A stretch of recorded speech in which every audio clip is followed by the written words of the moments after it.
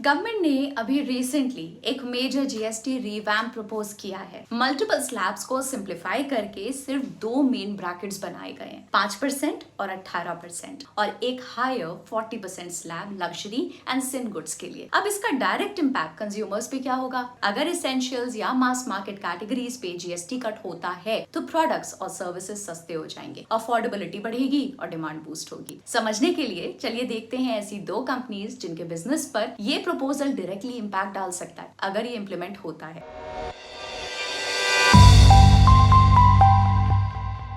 Our first company is Maruti Suzuki India Limited. Interesting point है, four wheelers जो अभी 28% GST slab में आते हैं उनको 18% वाले रेट से फायदा मिलेगा। नोम्यूरा के एनालिसिस के हिसाब से जीएसटी कट का डिमांड पर मल्टीप्लायर इफेक्ट हो सकता है रफली 1 से 1.5x, मतलब सेल्स में 5 से 10% तक का बूस्ट आ सकता है। और अगर स्मॉल कार्स का जीएसटी करंट रेट से कम होता है तो उनकी प्राइसेस लगभग 8% तक गिर सकती हैं, और ये डायरेक्टली इंपैक्ट करेगा मारुति सुजुकी इंडिया लिमिटेड यानी कि मारुति सुजुकी को, जो इंडिया के पैसेंजर व्हीकल सेगमेंट का मार्केट लीडर है ऑलमोस्ट 40% मार्केट शेयर के साथ। बट पहले जान लेते हैं about the company. Company primarily passenger और कमर्शियल व्हीकल्स बनाती है और बेचती है, जो फाइनेंशियल ईयर 25 के टर्नओवर का ऑलमोस्ट 82.7% कंट्रीब्यूट करता है। बाकी रेवेन्यू आता है स्पेयर पार्ट्स और एक्सेसरीज से, जिससे मारुति सुजुकी जेन्युइन पार्ट्स और जेन्युइन एक्सेसरीज के ब्रांड के अंडर सेल किया जाता है। अगर प्रोडक्ट पोर्टफोलियो देखें तो हैचबैक्स, एसयूवीज, एमपीवीज, वैन्स इंक्लूडेड हैं। इसके साथ ही कंपनी की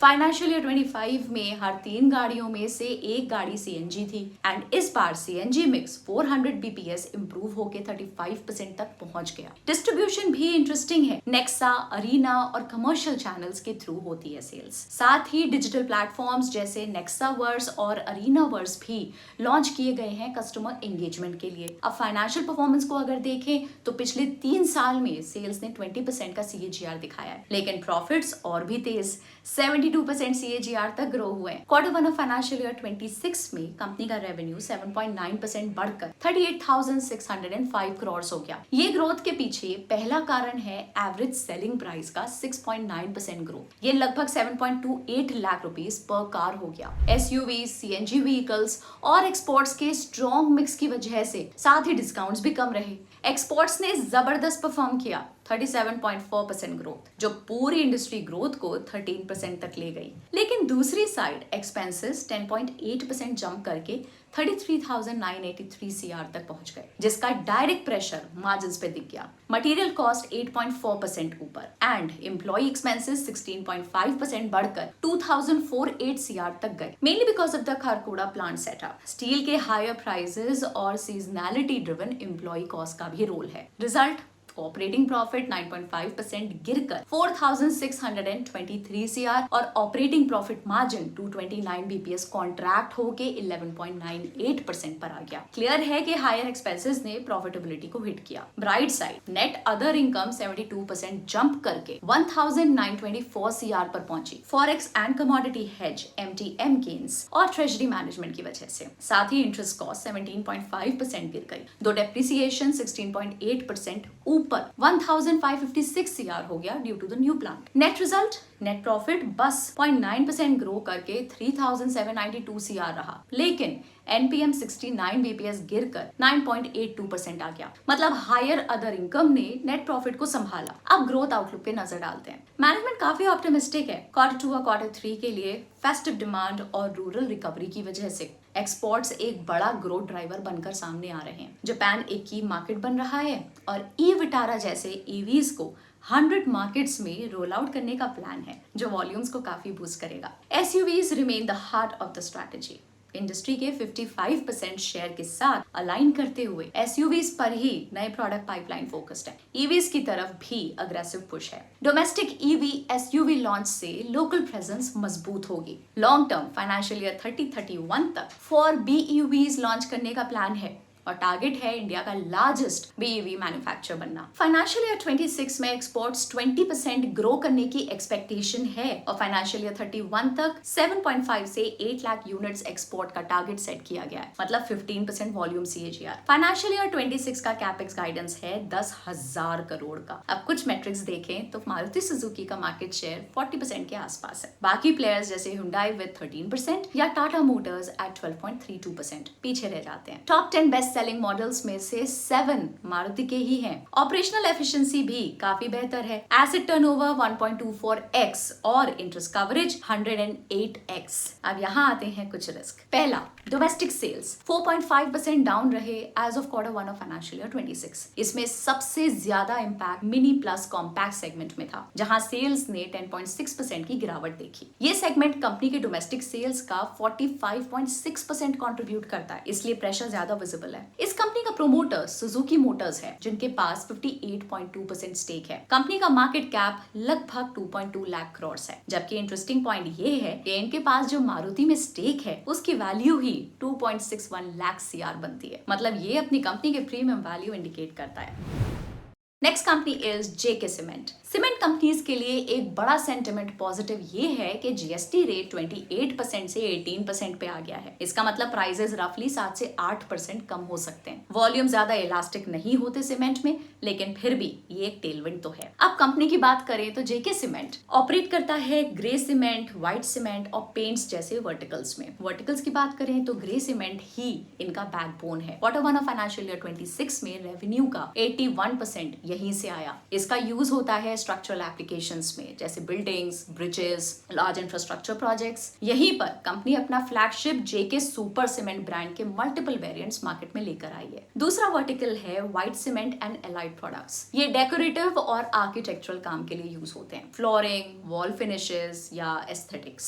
JK सीमेंट यहाँ इंडिया का सेकंड लार्जेस्ट प्रोड्यूसर है और ग्लोबली भी एक लीडर माना जाता है। ये सेगमेंट रफली 19% रेवेन्यू कंट्रीब्यूट करता है और प्रीमियम पोजीशनिंग के साथ वैल्यू एडेड प्रोडक्ट्स जैसे कि वॉल पुट्टी, टाइल एडिसिव्स और ग्राउट्स भी इंक्लूड करता है। और तीसरा वर्टिकल है paints. Q1 of financial year 26 में इसका टर्नओवर 86 CR था। यह अभी रिलेटिवली छोटा सेगमेंट है, लेकिन कंपनी इसे स्टेडीली एक्सपैंड कर रही है to capture more share in home finish solutions. अब फाइनेंशियल परफॉर्मेंस देखें तो 5 साल का CAGR देखते हुए सेल्स 15% से ग्रो हुए हैं, लेकिन प्रॉफिट्स रिलेटिवली स्लो रहे, सिर्फ 9% CAGR पे। Q1 ऑफ फाइनेंशियल ईयर 26 में JK सीमेंट का रेवेन्यू 3,353 CR तक पहुंच गया, एक solid 19.5% year on year growth, जो टॉप लाइन की स्ट्रेंथ क्लियरली दिखाती है। ये ग्रोथ 2 फैक्टर्स से ड्रिवन थी। पहला था volumes. Total sales volume 14.4% year on year jump करके 5.4 मिलियन टन्स तक गई। सिर्फ ग्रे सीमेंट वॉल्यूम्स ही 15% बढ़े। सेंट्रल रीजन और बिहार में फुटप्रिंट एक्सपैंड करने से central India sales 50% plus grow हुए। साउथ रीजन ने भी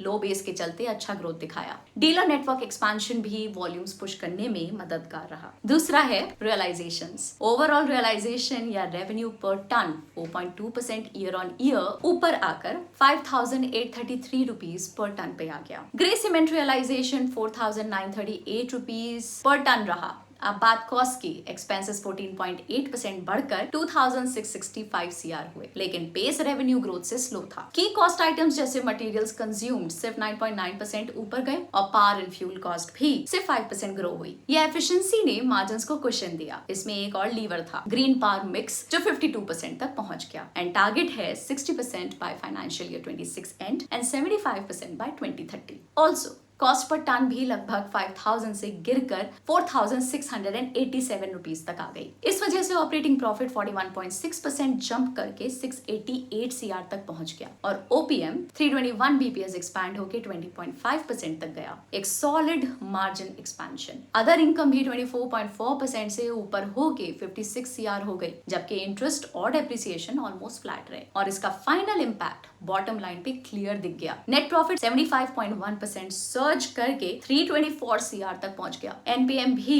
307 BPS इंप्रूव होके 9.7% पे आ गया। अब बात करते हैं ग्रोथ आउटलुक की। कंपनी क्लियरली एक अग्रेसिव एक्सपेंशन मोड में है और नियर टर्म में ग्रोथ के लिए 3 पिलर्स देखते हैं: capacity build up, cost efficiency and premiumization. सबसे पहले capacity. Q1 of financial year 26 तक consolidated grey cement capacity 25.26 MTPA थी, जिसे फाइनेंशियल ईयर 26 एंड तक 32 MTPA ले जाने का टारगेट है, यानी कि लगभग 27% की ग्रोथ। ये jump largely 6 MTPA grinding capacity से आएगा, 3 MTPA बिहार और 1 ईच MTPA पन्ना, हमीरपुर और प्रयागराज प्रोजेक्ट से, जो दिसंबर 25 तक कमीशन होंगे। साथ ही साउथ इंडिया में डी बॉटलनेकिंग से 0.7 से 1 MTPA एक्स्ट्रा कैपेसिटी भी ऐड हो सकती है।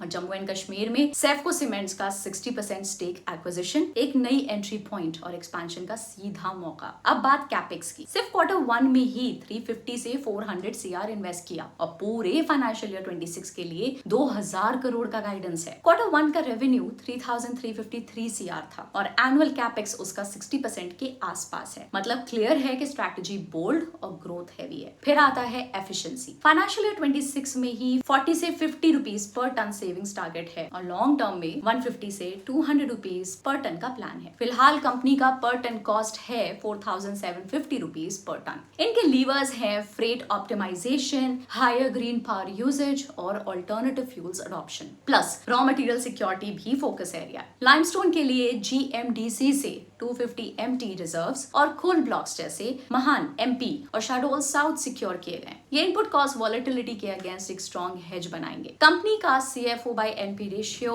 2.47x से गिरकर 2.2x आ गया। मेजर रीजन था रिसीवेबल्स का बढ़ना। CFO स्टेबल रहा 1959 CR से 1939 CR और प्रॉफिट फ्रॉम ऑपरेशंस 2050 CR से 2131 CR तक ग्रो हुए। मतलब कोर परफॉर्मेंस स्ट्रॉन्ग है, लेकिन रिसीवेबल्स के प्रेशर ने CFO को थोड़ा इम्पैक्ट किया। अब लगभग 11,879 CR फाइनेंशियल ईयर 25 रेवेन्यू के साथ JK, अल्ट्राटेक, अंबुजा से छोटा है, लेकिन ACC और श्री के कंपेरेबल है। इनपुट कॉस्ट रेशियो सबसे low 14.6%, clear edge. Power and fuel moderate and freight 22.6% peers के लाइन में। JK सीमेंट छोटी स्केल के बावजूद सबसे हाई ROCE डिलीवर करता है, मार्जिन्स इंडस्ट्री एवरेज के आसपास। Sales and profit growth strong, cash conversion अच्छी, लेकिन लेवरेज हाई है। अब आते हैं रिस्क पे कंपनी के। Q2 of financial year 26 tough हो सकता है। किल्न या फर्नेस मेंटेनेंस, ग्राइंडिंग एक्सपेंसेस और फेस्टिव प्लस मॉनसून लीन सीजन डिमांड को इम्पैक्ट करेंगे। नॉर्थ एंड सेंट्रल में ट्रेड प्राइसिंग पे थोड़ा प्रेशर आया है, मतलब वॉल्यूम्स ग्रो कर रहे हैं, लेकिन प्राइस रियलाइजेशन स्टेबल होना मुश्किल हो सकता है। सीमेंट सेक्टर में कंसोलिडेशन चल रहा है, बड़े प्लेयर्स अपनी डोमिनेंस बिल्ड कर रहे हैं, लेकिन जैसे ही कंसोलिडेशन कंप्लीट होगा,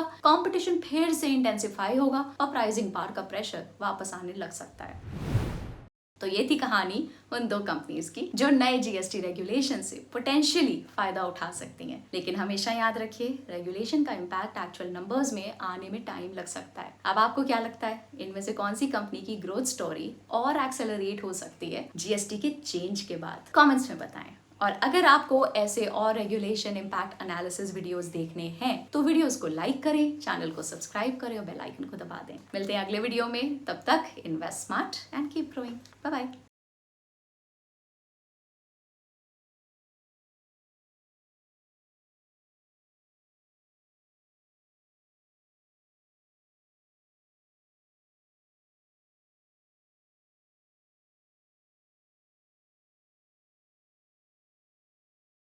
Investment in securities market are subject to market risks. Read all the related documents carefully before investing. Please read the risk disclosure documents carefully before investing in equity shares, derivatives, mutual fund, and or other instruments traded on the stock exchanges.